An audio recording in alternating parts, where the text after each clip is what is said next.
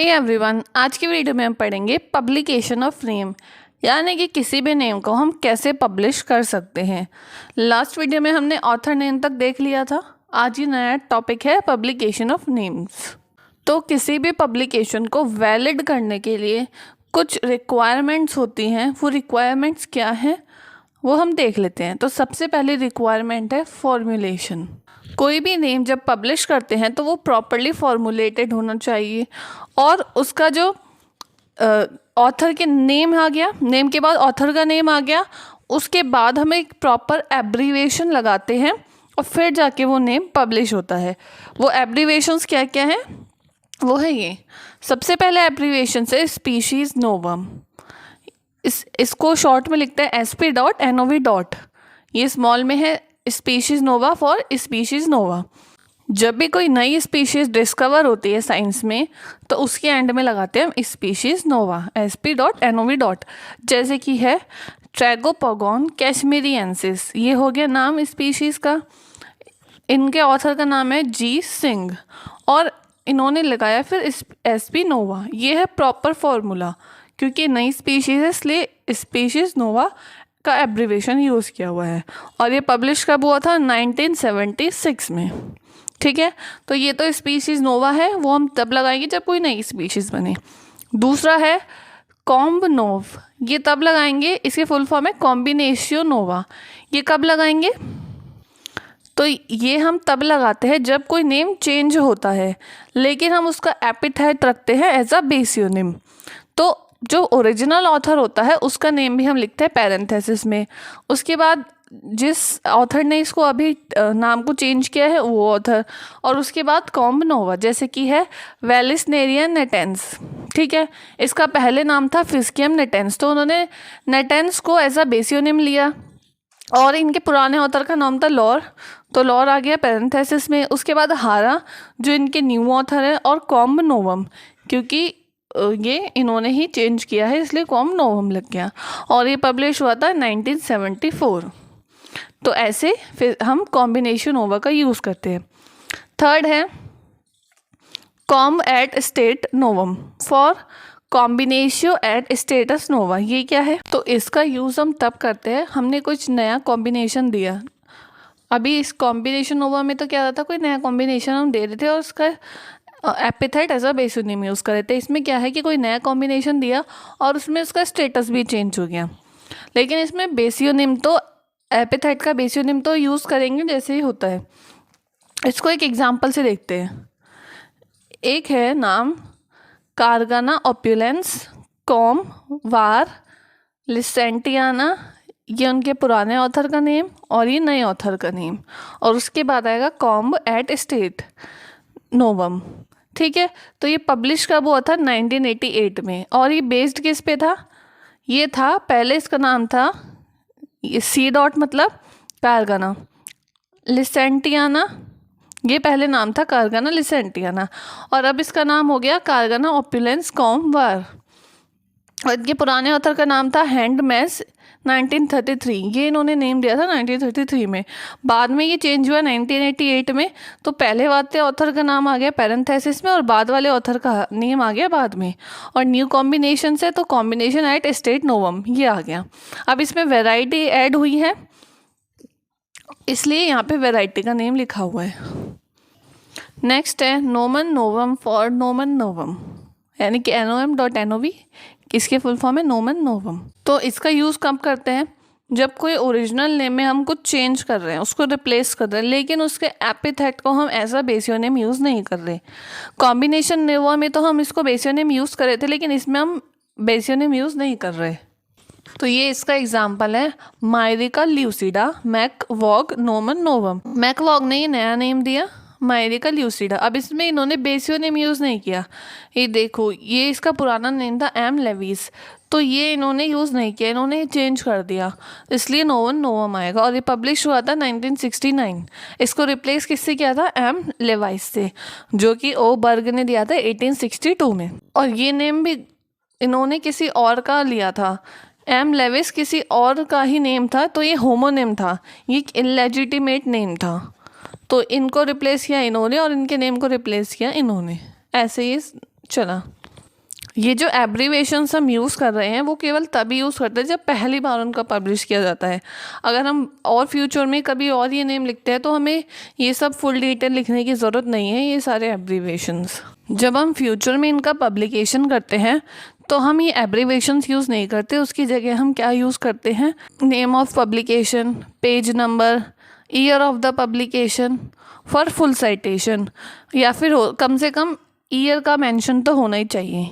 यानी कि फ्यूचर में जब नाम लिखेंगे तो ये सारी डिटेल लिखेंगे, और ये सारी डिटेल नहीं भी लिखनी तो बस ईयर लिख देंगे।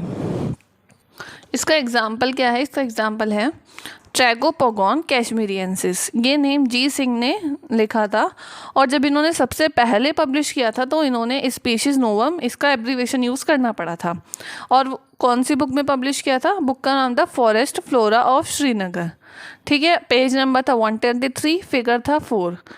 अब इसको बाद में जब हम फ्यूचर में लिखेंगे तो इसको ऐसे लिखेंगे, ट्रैगोपोगॉन कैशमीरियंसिस, जी सिंह ऑथर का नेम, लेकिन ये एब्रीवेशन अब रिमूव हो जाएगी। अब बस हम ये लिखेंगे forest flora of Srinagar, P for page number 123, F for figure 4, 1976।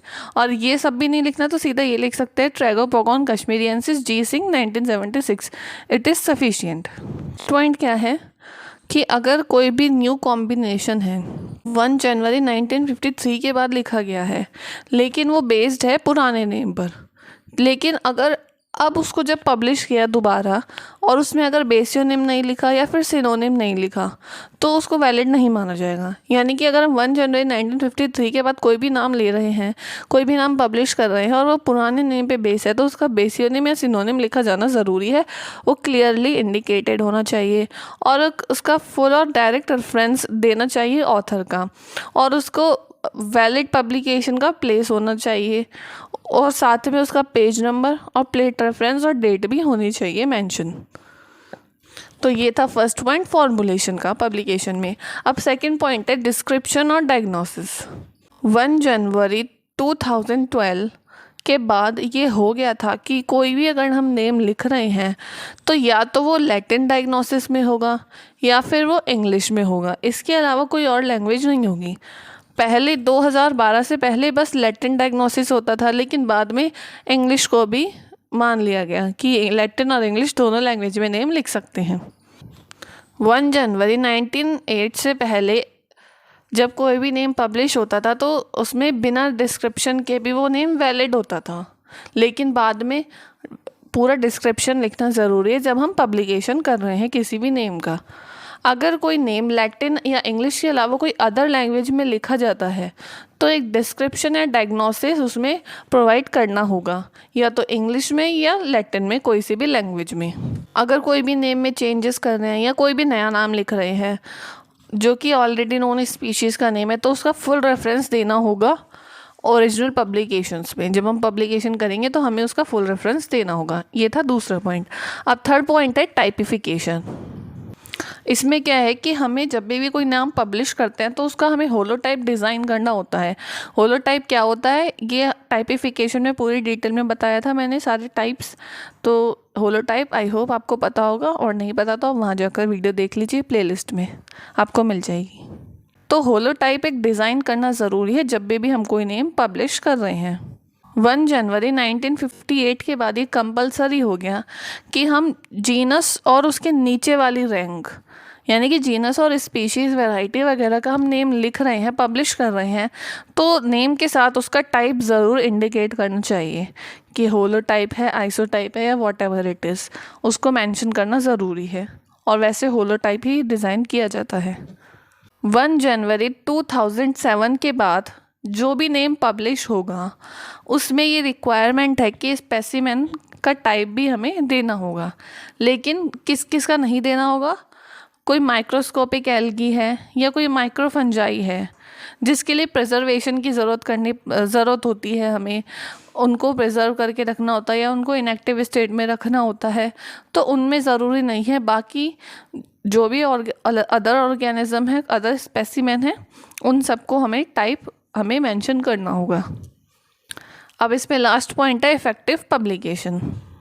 Effective publication में क्या है कि 1 जनवरी 2012 से हमने इन्होंने ऑनलाइन भी वैलिड कर दिया। जैसे कि तो इसमें क्या है कि हम ऑनलाइन भी नेम दे सकते हैं पीडीएफ की फॉर्मेट में। पीडीएफ जो हम नॉर्मल सेंड करते हैं पोर्टेबल डॉक्यूमेंट फॉर्मेट में, साथ में उसमें होना चाहिए ISSN नंबर। ISSN नंबर क्या है? इंटरनेशनल स्टैंडर्ड सीरियल नंबर, या फिर ISBN number, international standard book number, वो उसमें होना चाहिए।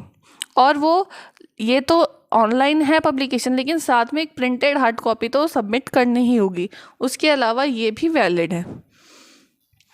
तो इलेक्ट्रॉनिक पब्लिकेशन से पहले ज़रूरी है कि उसकी एक प्रिंटेड फॉर्म हो, उसको या तो सेल के थ्रू या एक्सचेंज के थ्रू या गिफ्ट के थ्रू उसको हमें जनरल पब्लिक प्लेसेस पे पहुंचाना होता है, या फिर इतना नहीं कर पाते हैं तो एटलीस्ट बॉटनिकल इंस्टीट्यूट में तो पहुंचाना ही होता है, ताकि वो लाइब्रेरी में एक्सेसिबल हो, जिससे कि बॉटनिस्ट उनको देख सकें। अगर हम इसको कम्युनिकेशन के थ्रू बोल रहे हैं तो ये इफेक्टेड पब्लिकेशन नहीं माना जाता। जैसे कि हमने पब्लिकेशन में बता दिया हमने ये नाम पब्लिश किया, तो वो पब्लिशिंग नहीं हुई। पब्लिश के लिए ज़रूरी है उसको प्रिंट फॉर्म में और ऑनलाइन फॉर्म में होना, या फिर by the placing of name in collection और gardens open to the public. Garden में जाके या फिर कहीं और पे जाके हम ऐसे नाम ले रहे हैं तो वो पब्लिश नहीं, तो वो वैलिड पब्लिकेशन नहीं होता। और अगर हम मैन्युस्क्रिप्ट से बनाते हैं माइक्रोफिल्म, या फिर टाइप स्क्रिप्ट्स बनाते हैं, या फिर अदर कोई अनपब्लिश्ड मटेरियल, या फिर हम इलेक्ट्रॉनिक मीडिया से उसका डिस्ट्रीब्यूशन कर रहे हैं, तो वो इफेक्टिव पब्लिकेशन नहीं माना जाएगा। और साथ में अगर न्यूज़पेपर में हमने नाम लिखवा दिया, या कैटलॉग में नाम लिखवा दिया, या सीड एक्सचेंज लिस्ट में नाम लिखवा दिया, तो भी वो इफेक्टिव पब्लिकेशन नहीं होगा। इफेक्टिव पब्लिकेशन के लिए ज़रूरी है उसका ISSN नंबर या ISBN नंबर, और वो ऑनलाइन है तो PDF फॉर्म में, और ऑफलाइन है तो प्रिंटेड फॉर्म में तो होना ही चाहिए। पॉइंट थे पब्लिकेशंस में कि किसी भी नेम को कैसे पब्लिश किया जाना चाहिए। अगर आपको कहीं डाउट हो तो आप कमेंट कर सकते हैं। किसी और टॉपिक की वीडियो चाहिए तो भी आप कमेंट कर सकते हैं। द DK बॉटनी को लाइक शेयर सब्सक्राइब करें। Thanks for watching.